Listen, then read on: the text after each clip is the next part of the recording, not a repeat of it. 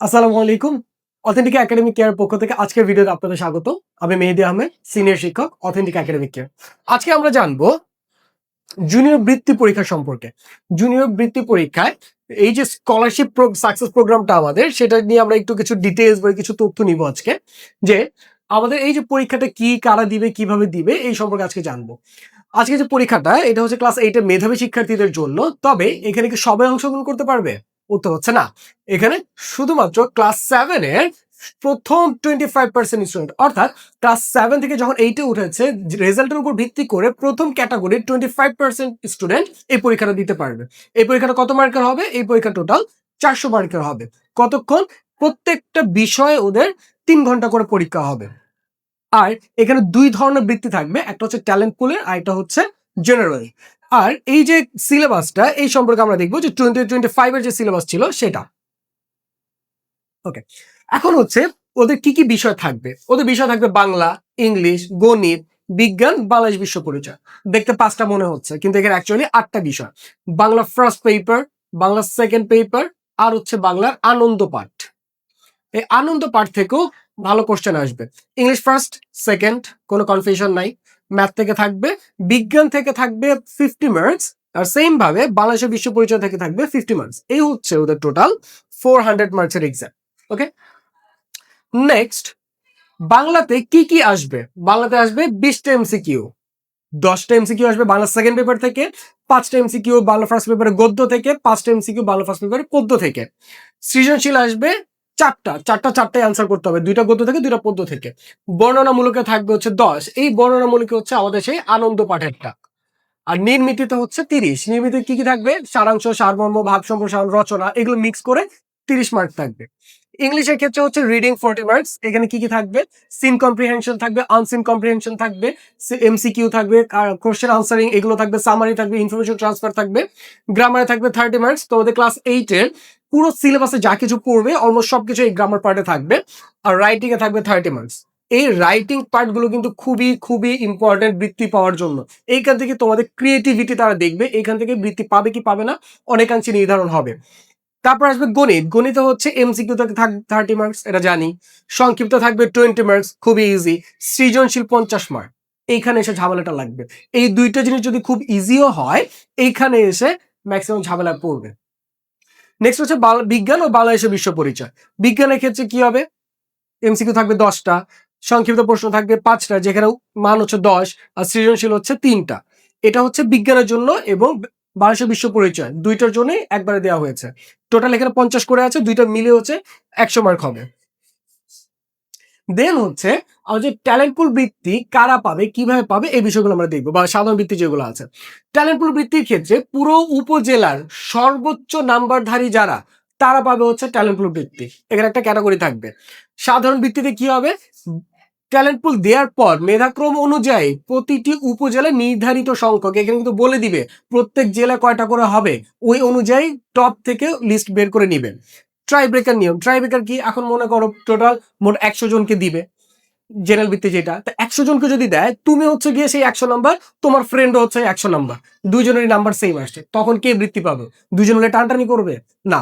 এখানে প্রথমে দেখবে যে বাংলাতে কে বেশি পেয়েছো, যে বেশি পাবে তার কাছে চলে যাবে। না, বাংলা সেম পেয়েছো, তারপর দেখবে ইংরেজি সেম, আবার দেখলো গণিত, গণিতও দেখলো তোমরা সেম নাম্বার পেয়েছো, তারপর দেখবে বিজ্ঞান। এখানে যদি কম বেশি হয়, যে বেশি পেয়েছে তার কাছে চলে যান। এখন যদি এমন হয় যে বিজ্ঞানেও তোমরা সেম সেম নাম্বার পেয়েছো, তখন কার কাছে যাবে? তখন অ্যাকচুয়ালি তোমাদের দুইজনকে দিয়ে দিবে, টেনশন করো না। তারপরে 50-50 কোটা। এটা কি? এটা হচ্ছে প্রতিটা বৃত্তির 50% থাকবে ছাত্র, 50% থাকবে হচ্ছে ছাত্রী।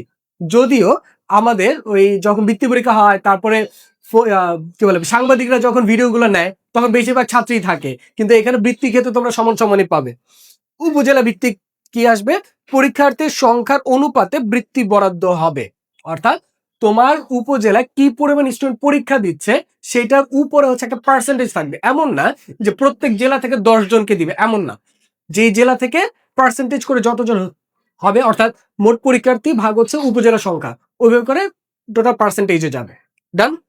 নেক্সট আমরা এখন দেখবো যে বৃত্তি পরীক্ষায় যে অংশগ্রহণ করবা তোমরা, বা এতক্ষণ হয়তো তোমাদের মনস্থির হয়ে গেছে যে আমরা বৃত্তি পরীক্ষা বসবো, তাহলে তোমাদের কি কি স্টেপস ফলো করতে হবে। প্রথম স্টেপ হচ্ছে রুটিন বানানো। ভাই এটা খুবই খুবই ইম্পর্টেন্ট, রুটিন বানানো। রুটিন ধরবা, রুটিন ধরে কাজ করবা, রুটিন ধরে পড়বা, এটা মাস্ট। দেন হচ্ছে প্রতিদিন লিখতে হবে। এই যে রচনা, রাইটিং না লিখলে দক্ষতা বাড়ে না, এইটার মানে কি?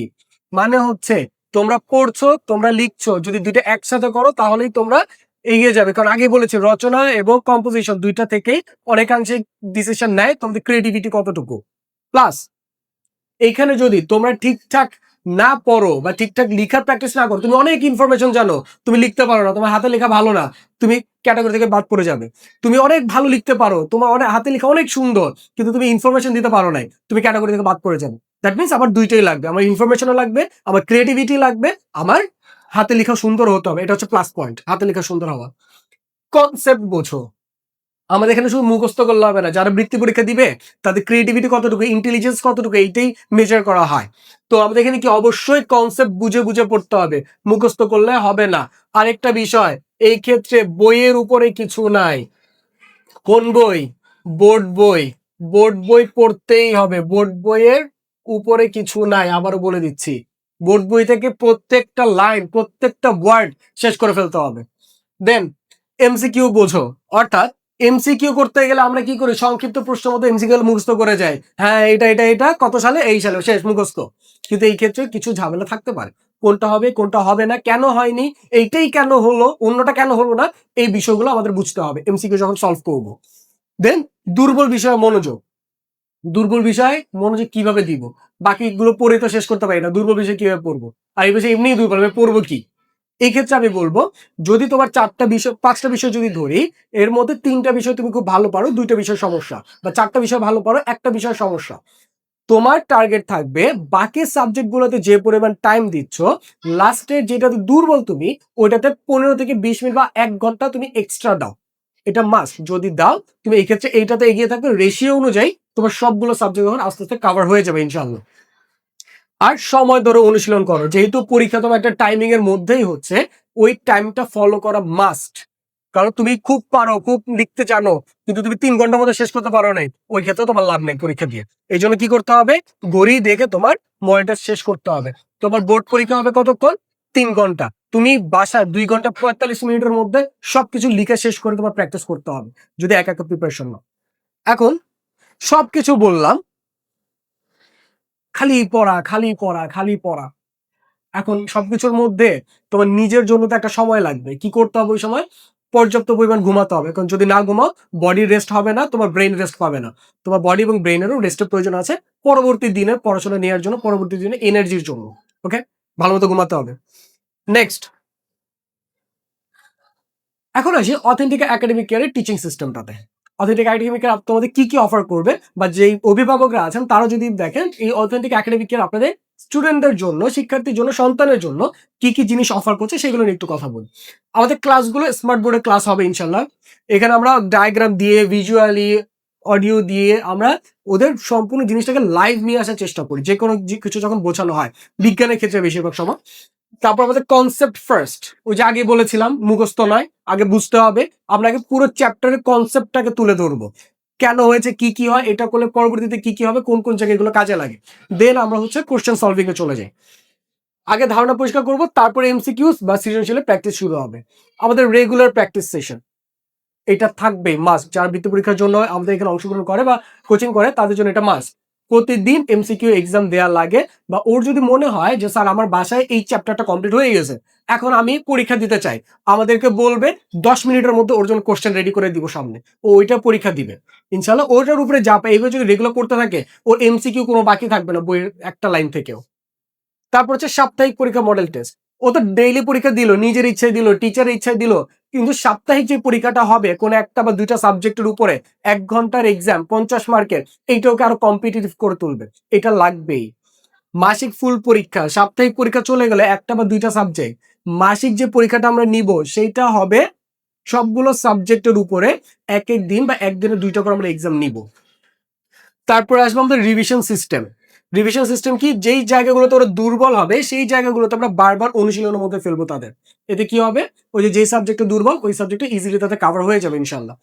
ব্যক্তিগত সেশন, এই যে রিভিশন সিস্টেমে যাবে যাদের দুর্বলতা বের হবে তারা যেন 1-to-1 সাপোর্ট পায় টিচারের পক্ষ থেকে, সেই জন্য আমাদের ব্যক্তিগত সেশনটা থাকবে। প্রতিটা শিক্ষার্থীর জন্য আলাদাভাবে সমস্যা সমাধানের চেষ্টা হবে ইনশাল্লাহ। এছাড়া যারা অভিভাবক আছেন তাদের একটা চিন্তা থাকে যে আমার স্টুডেন্ট তো পড়লো, পরীক্ষা দিল, পরীক্ষা দেওয়ার পর কি হলো তা তো আমি জানি না। আমাদের কোচিং এ যদি ও পরীক্ষা দেয়, ওর যখনই মার্কশিটটা আসবে বা ওর যখনই খাতাটা দেওয়া হবে, ইনস্ট্যান্ট একদিকে ওর কাছে খাতা যাবে, একদিকে আপনার ফোনে SMS চলে যাবে। আমরা SMS এর মাধ্যমে আপনাদের রেগুলার এই রেজাল্ট আপডেট দিয়ে থাকি। এছাড়া আপনি যে কোনো সময় কোচিং এ এসে ওর প্রোগ্রেস রিপোর্ট জানতে পারবেন। এখন আসি, যেহেতু আমরা অল্প স্টুডেন্ট নিয়ে কাজ করব বা একদম স্পেসিফিক করে ওই স্টুডেন্ট গুলোকে আমরা নার্চার করব, এই কারণে আমরা বলেছি যে আগে আসলে আগে সুযোগ পাবেন। কেন? কারণ যারা আগে আসবে দুর্বল শিক্ষার্থী হলেও তাদের আমরা 1-to-1 সেশনের মাধ্যমে তাদের এইসব বিষয় আমরা সবল করে নিব ইনশাআল্লাহ। তারপর বিশেষ ক্লাস, দুর্বল শিক্ষার্থীদের জন্য আমরা আলাদাভাবে রিভিশন এবং সাপোর্ট সেশন রাখবো। এছাড়াও বিশেষ সুবিধার পাশাপাশি ওদের যারা ক্লাসের টপ 3 স্টুডেন্ট থাকবে বা আমাদের ফাইনাল মডেল টেস্টের আগে আমরা নার্চার করার পর ফাইনাল মডেল টেস্টে যে টপ 3 স্টুডেন্ট থাকবে স্কলারশিপের জন্য, তাদের স্কলারশিপের রেজিস্ট্রেশন আমরাই করে দেব ইনশাআল্লাহ। ও শুধু আসবে, ইনফরমেশন দিবে, ওর রেজিস্ট্রেশন হয়ে যাবে ইনশাআল্লাহ। এতক্ষণ আমাদের ভিডিওটা দেখার জন্য আপনাদের ধন্যবাদ। আসসালামু আলাইকুম। ভিডিওটা এতক্ষণ আপনার সাথে দেখার জন্য আপনাকে ধন্যবাদ। অথেন্টিক একাডেমিক কেয়ারের এই শৃঙ্খলাবদ্ধ প্রস্তুতি, আধুনিক শিক্ষা আর নিশ্চিত অগ্রগতি জেনে যারা এখন আগ্রহী আছেন কিন্তু যোগাযোগ করতে পারেননি, তাদের বলবো এই নাম্বারে ফোন করে এখনই যোগাযোগ করে আপনার আসনটি নিশ্চিত করুন। অথবা আপনাদের যদি বৃত্তি পরীক্ষা সম্পর্কে আরো কোনো ইনফরমেশন জানতে ইচ্ছা হয় বা জানার থাকে বা ওর কোনো টপিক নিয়ে প্রবলেম থাকে, আমাদের এখানে ক্লাস করতে পারবেন। 2টা ফ্রি ক্লাস থাকবে আমাদের এখানে। এই জন্য আপনার চলে আসতে হবে এই 4 শেরে বাংলা রোড, হাজিরবাগ, ঢাকা। এটা কোথায়? এটা হচ্ছে ঢাকা ইউনিভার্সিটির লেদার ডিপার্টমেন্টের ঠিক অপোজিটে নূর মোহাম্মদ স্কুলের পিছনে আমরা আছি। আপনারা আসবেন, ফোন দিবেন, আমরা রিসিভ করে নিব ইনশাআল্লাহ। আসসালামু আলাইকুম।